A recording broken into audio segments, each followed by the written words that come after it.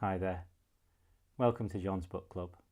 It's my mission with these videos to inspire you to access great reading from all over the world so that you read more for pleasure and you have great adventures in reading.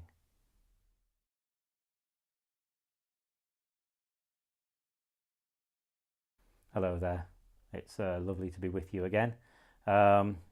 This week we're looking at entering into worlds, because reading is really about entering into different people's worlds. Some of those worlds are alien to us, some of them are very, very familiar, some of them we enter into for comfort, some of them we enter into for discomfort. And these videos are based on a real reading group that I run for the Royal Literary Fund,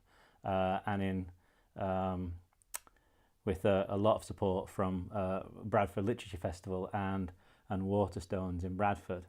And so every week I drive over the hill with all sorts of materials to kind of try and excite and challenge the group, and it's just lovely to be able to share some of that stuff with you here and some of kind of the group's thoughts and things.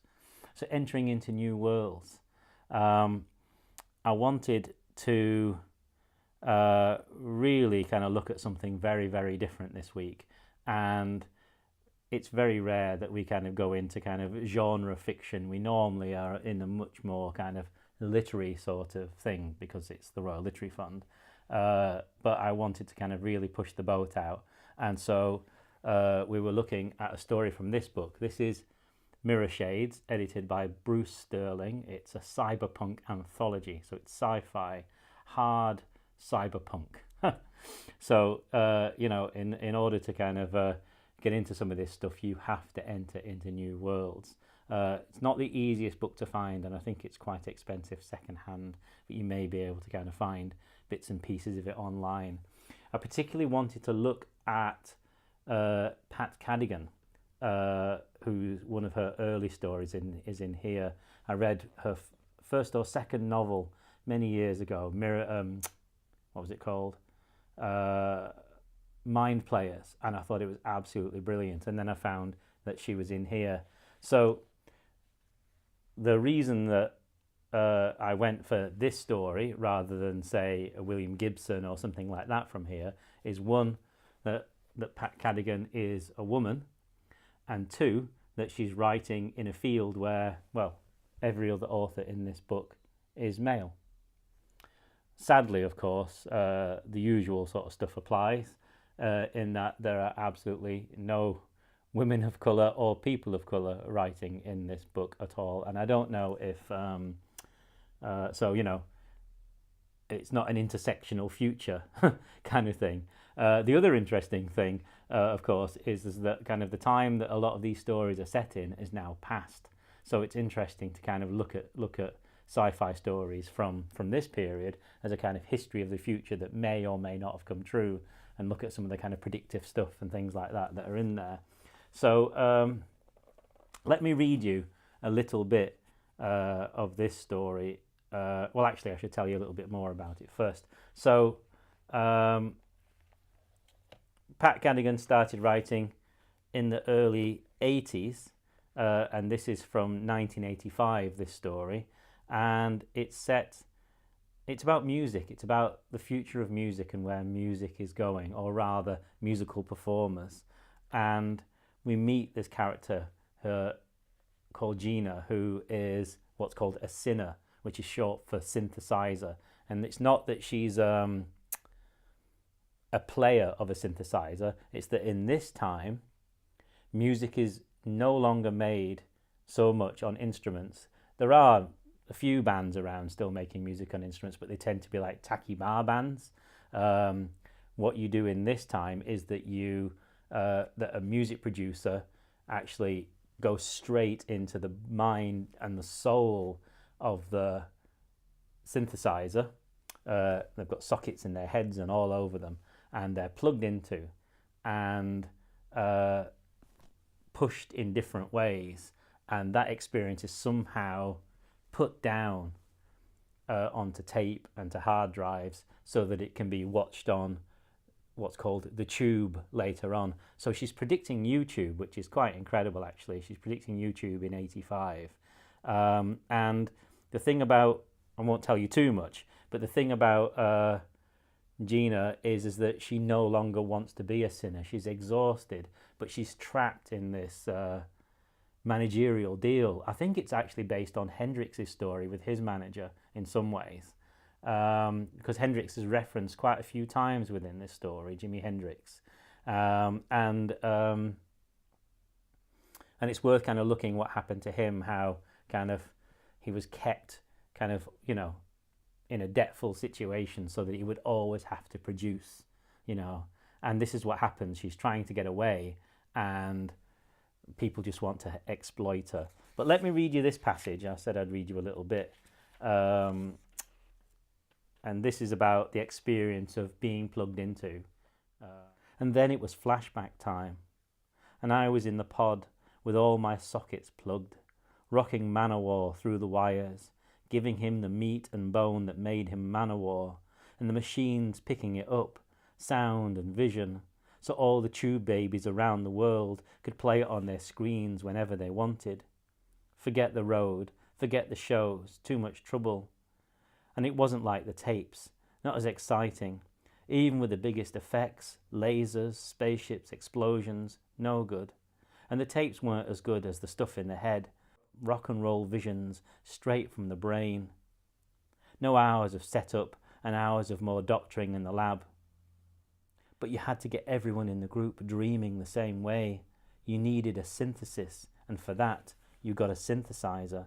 Not the old kind, the musical instrument, but something, somebody, to channel your group through, to bump up their tube-fed little souls, to rock them, roll them the way they couldn't do themselves. And anyone could be a rock and roll hero then. In the end, they didn't have to play instruments unless they really wanted to, and why bother? Let the synthesizer take their imaginings and boost them up to Mount Olympus. Synthesizer, sinner, sinner. Not just anyone can do that. Sin for rock and roll. I can. It's a challenging read, I have to say. The language is tricky because it's genre fiction and you have to learn that world pretty quickly. If it was a filmed short story, you know, if it was like a kind of 20-30 minute kind of mini film, I think it would actually, you'd get it much quicker. I think actually, you know, without stories like this, you wouldn't have had The Matrix. It's so much that world. Unfortunately, it's kind of, you know, a very kind of a monochromatic world. But yeah, I mean, you have to kind of put this story in context. It may not be her greatest piece of writing, and the group, well, I say the group, there was actually only 2 people made it this week because we had a snowstorm that was beyond belief, and I was trapped while driving for hours trying to get to where we meet in Bradford. I managed to get there late, and there were still 2 people there. So they'd braved it and I'd set out on the way. So it was a hell of a thing, actually. So we just had coffee and sandwiches and shared stories with each other. So, yeah, you've got to kind of put it into context. You know, she's writing for kind of young men, I suppose, and having to capture their imaginations. She's the only woman in the book, and she's trying to elbow herself some room.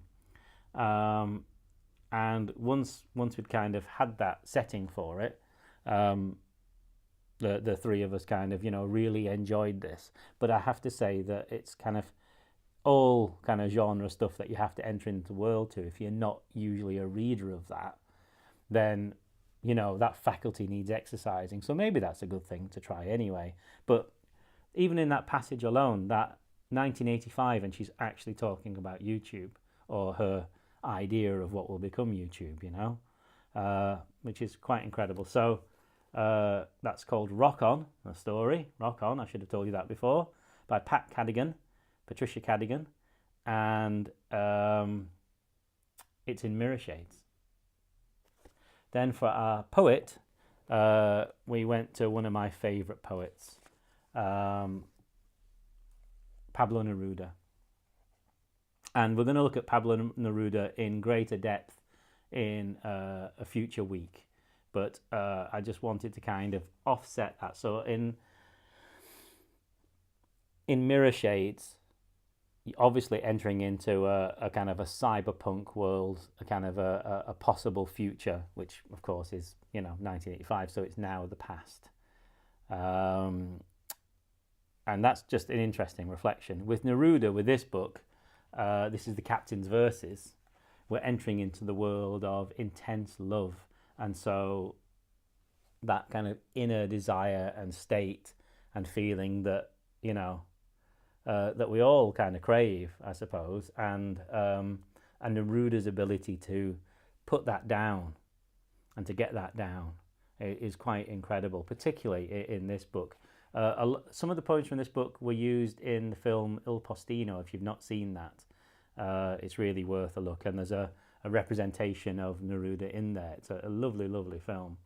But this book was actually first published anonymously because Neruda had been married to somebody for a very, very long time, and it was quite a loveless marriage, or it was from his side towards his partner. I'm not sure about how things were the other way, and his autobiography, is not the most trustable source of what's really going on.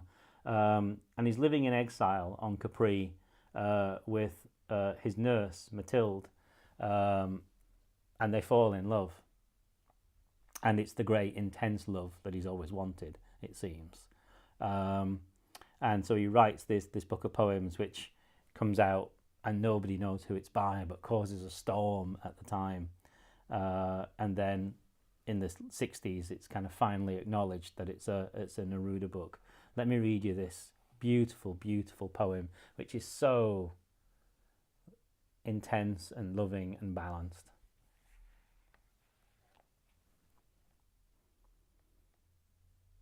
All night I have slept with you, next to the sea on the island. Wild and sweet you were, between pleasure and sleep, between fire and water.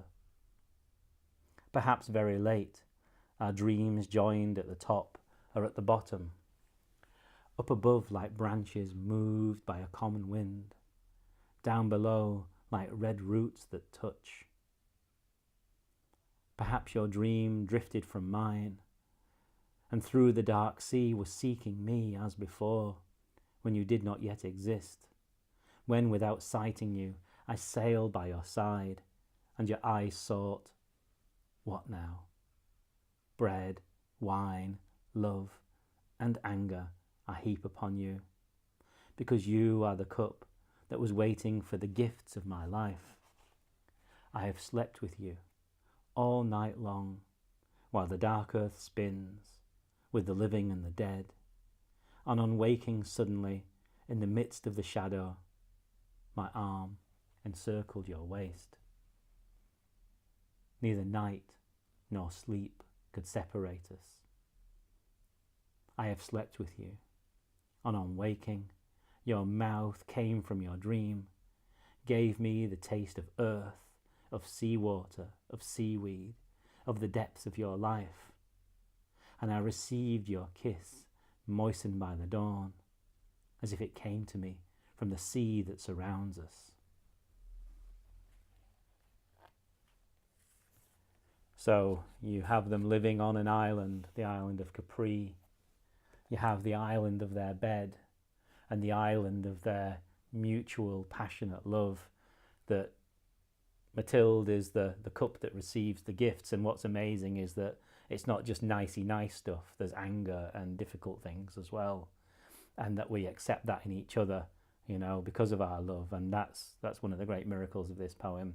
And then Mathilde's passion is equally shown to us. It's not just Neruda, getting his jollies, as it were, that in that kiss at the end of the poem, that everything that is in Mathilde comes into Neruda. So there's this balance between the two, the islands of the bed, the island itself, and their own passion.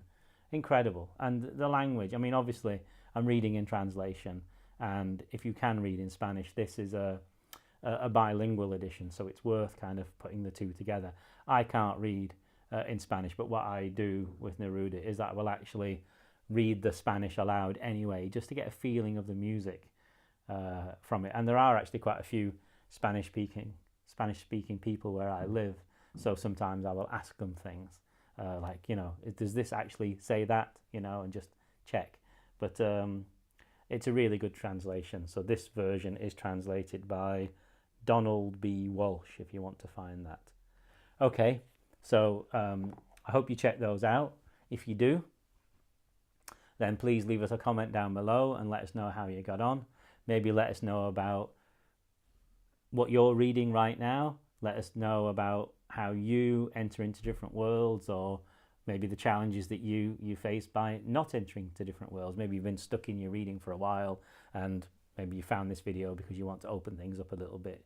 That's fantastic.